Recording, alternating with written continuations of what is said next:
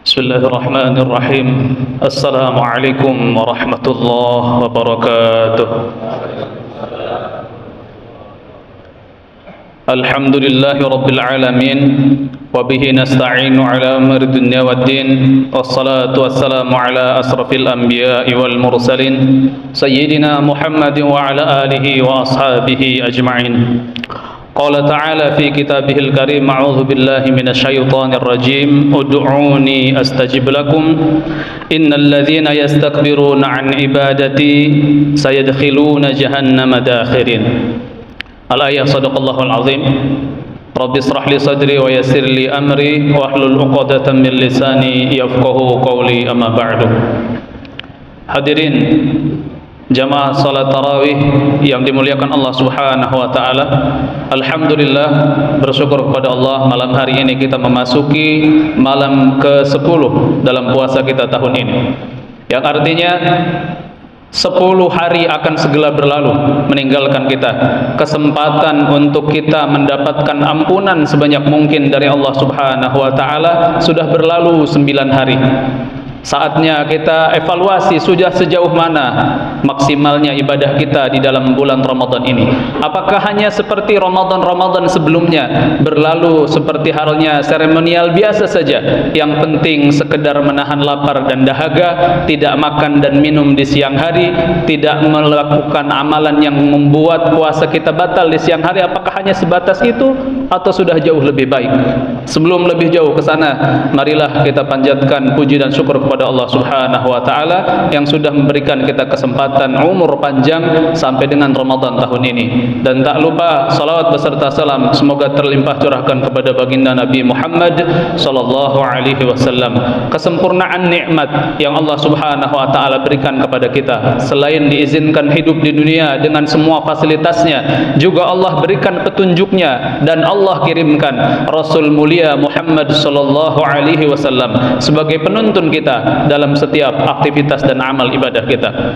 Di mana kita tahu kita ditakdirkan Allah Subhanahu wa taala sebagai umat akhir zaman, yang kita tahu fisiknya paling lemah, badannya paling kecil, umurnya paling pendek, ibadahnya bisa jadi paling sedikit dibandingkan dengan umat-umat Nabi sebelumnya.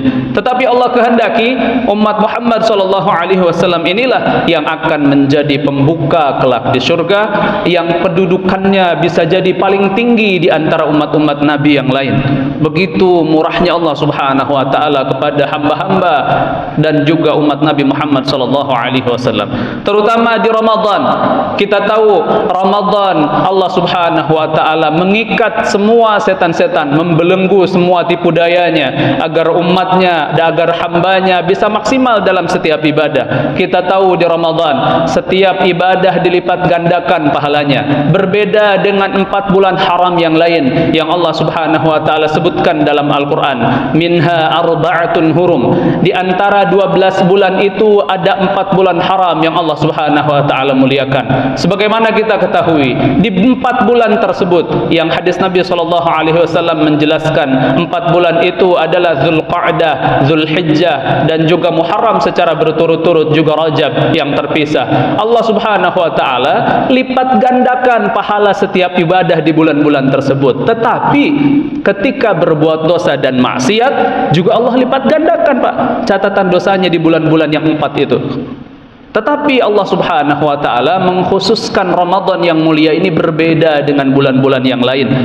Ya, dan juga catatannya berbeda seperti bulan haram yang tadi, di mana setiap amal salih sekecil apapun yang sesuai dengan petunjuk Nabi sallallahu alaihi wasallam dan ikhlas karena Allah, Allah lipat gandakan tidak terhingga, dan dosa tetap dihitung satu. Begitu murahnya Allah Subhanahu wa taala kepada umat Muhammad sallallahu alaihi wasallam. Maka sekali lagi bersyukur kita dikehendaki Allah Subhanahu wa taala sebagai umat akhir zaman. Semoga bisa kita maksimalkan dengan baik. Dan sekali lagi, ya, besok adalah 10 hari Ramadan akan segera meninggalkan kita.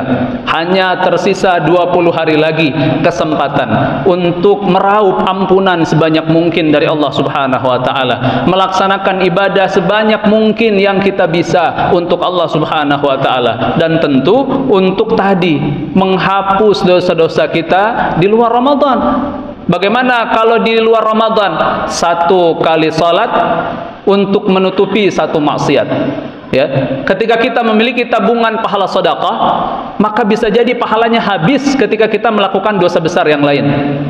Ya, kita bersedekah 100.000 rupiah, kemudian kita menzalimi orang lain secara tidak sengaja dengan perangai buruk di wajah kita, atau dengan tutur kata kita yang tidak santun, atau dengan apapun itu, maka bisa jadi pahalanya terhapus, impas sudah, nggak ada bandingannya lagi, nggak ada lagi yang bisa kita kedepankan di hadapan Allah Subhanahu wa taala untuk menutupi keburukan itu di luar Ramadan.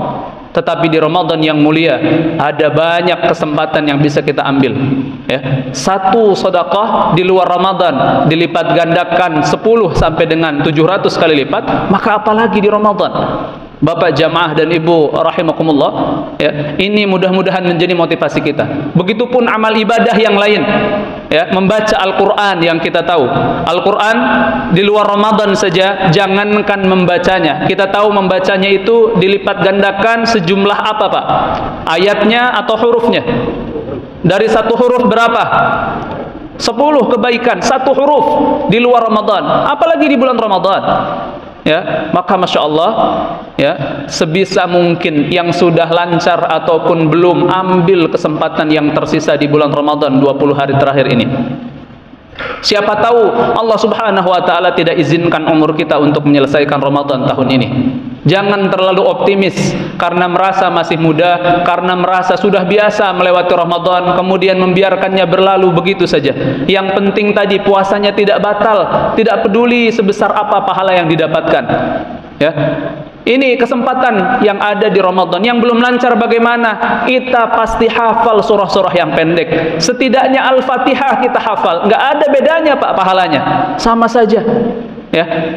Para imam yang membaca surah-surah yang panjang dengan kita yang membaca surah-surah pendek, sama saja pahalanya insyaallah. Jangan disia-siakan Pak, mumpung ada kesempatan. Allah berikan bulan yang mulia di mana setiap ibadah dilipat gandakan untuk menutupi keburukan dan kelalaian kita di luar Ramadan. Tidak ada lagi masa yang seindah ini.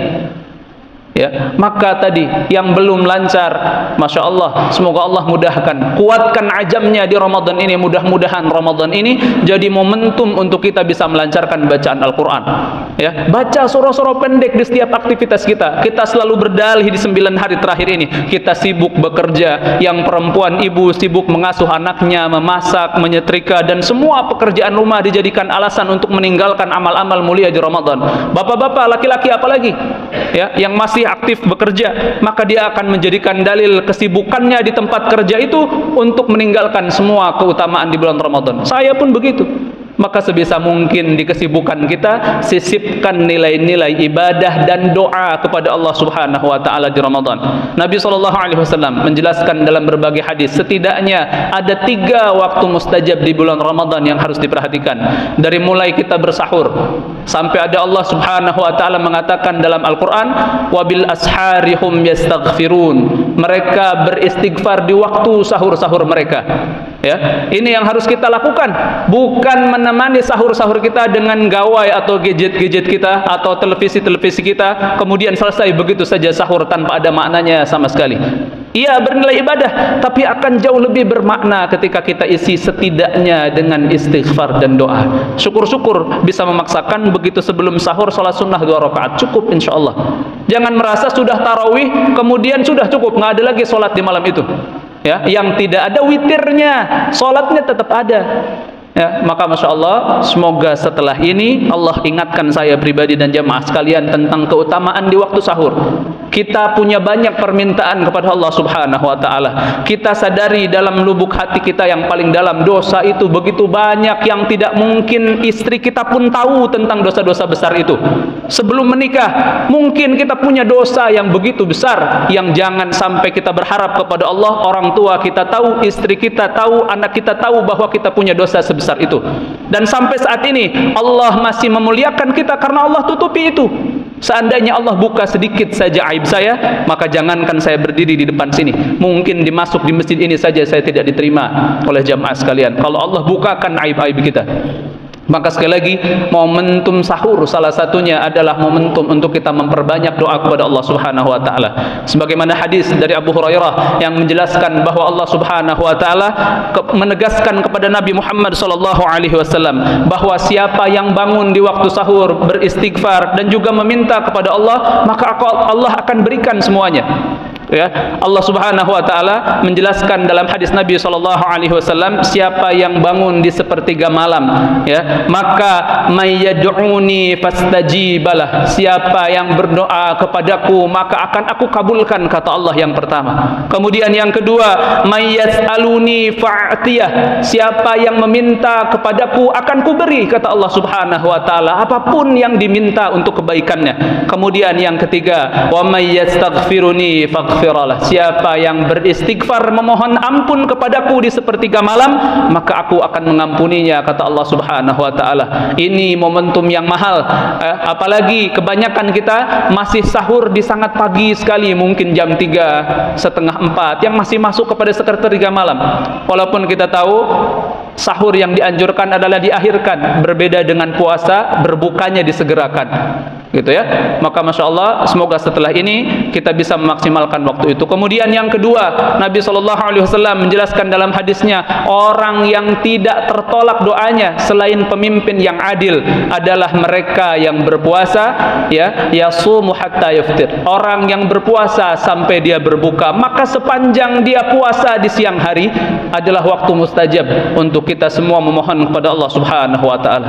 Kemudian yang ketiga, masih di hadis yang sama, ketika dia berbuka maka itu pun, ya, waktu mustajab yang tidak akan tertolak doanya oleh Allah Subhanahu wa taala. Maka di antara yang dianjurkan adalah menjelang berbuka menguatkan lagi doa-doa kita, karena di waktu itulah lebih kuat mustajabnya, ya, agar Allah Subhanahu wa taala mengijabah doa-doa kita. Dan tentu masih banyak lagi, ya, yang berlaku juga di luar Ramadan, di antara azan dan iqamah. Kemudian di sujud kita banyak sekali waktu mustajab yang semoga Allah selalu mengingatkan kita agar tidak melepaskan ini, ya, dan menjadikan Ramadan setidaknya mengisi dengan ibadah. Dan kita tahu doa itu adalah ibadah, walaupun pengabulannya bisa jadi tertunda.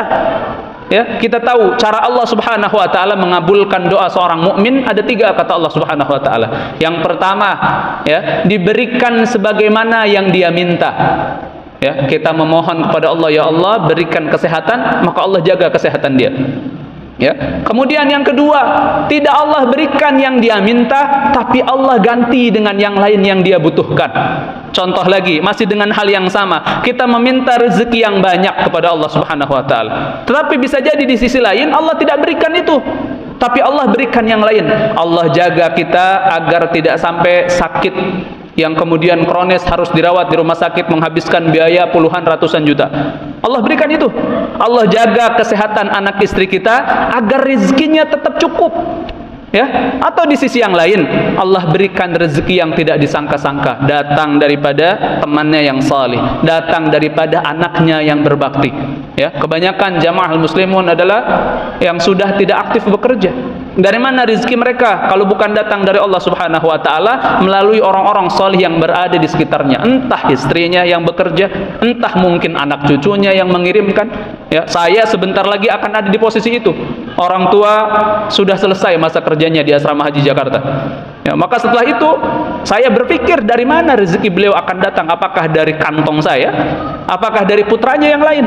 Tapi intinya setiap doa akan dikabulkan Allah Subhanahu wa taala walaupun tidak sesuai dengan apa yang kita minta. Dan yang terakhir, ya, tidak diberikan di dunia dicatat sebagai ibadah, dan Allah berikan pahala tidak terhingga di akhirat kelak sebagai balasan daripada doa-doa mereka. Setidaknya ini yang bisa kita harapkan. Tidak akan ada doa yang tertolak kecuali untuk beberapa golongan yang dikecualikan oleh Rasulullah SAW. Orang yang berdosa besar, berbuat syirik dan durhaka kepada orang tua, tidak akan dikabulkan doanya. Jamaah rahimakumullah, demikian yang bisa disampaikan yang sedikit dan singkat ini. Semoga mengingatkan diri saya pribadi dan jamaah sekalian agar tidak meninggalkan amalan sekecil apapun yang bisa kita lakukan di Ramadan.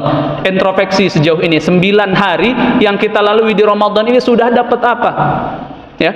Apakah hanya mengharapkan dalam tanda kutip pemberian orang-orang di Ramadan, atau sebaliknya kita andil mengeluarkan rezeki yang Allah titipkan kepada kita untuk menolong orang sebanyak-banyaknya di bulan Ramadan? Ya, demikian yang bisa disampaikan. Semoga yang sedikit ini bermanfaat untuk saya pribadi dan jamaah sekalian. Kita berdoa kepada Allah Subhanahu wa taala, semoga Allah senantiasa membimbing kita dan keluarga untuk bisa menjauhkan diri daripada apa yang Allah Subhanahu wa taala murkai, dan Allah sehatkan kita, kuatkan fisik kita, cukupkan rezeki kita, dan cukupkan ilmu kita untuk bisa melakukan amal saleh sebanyak mungkin untuk mendapatkan pahala sebanyak yang kita inginkan di bulan Ramadan yang mulia ini. Demikian yang bisa disampaikan. Subhanakallahumma bihamdik, asyhadu an la ilaha illa anta, astaghfiruka wa atubu ilaik. Wassalamu alaikum warahmatullahi wabarakatuh.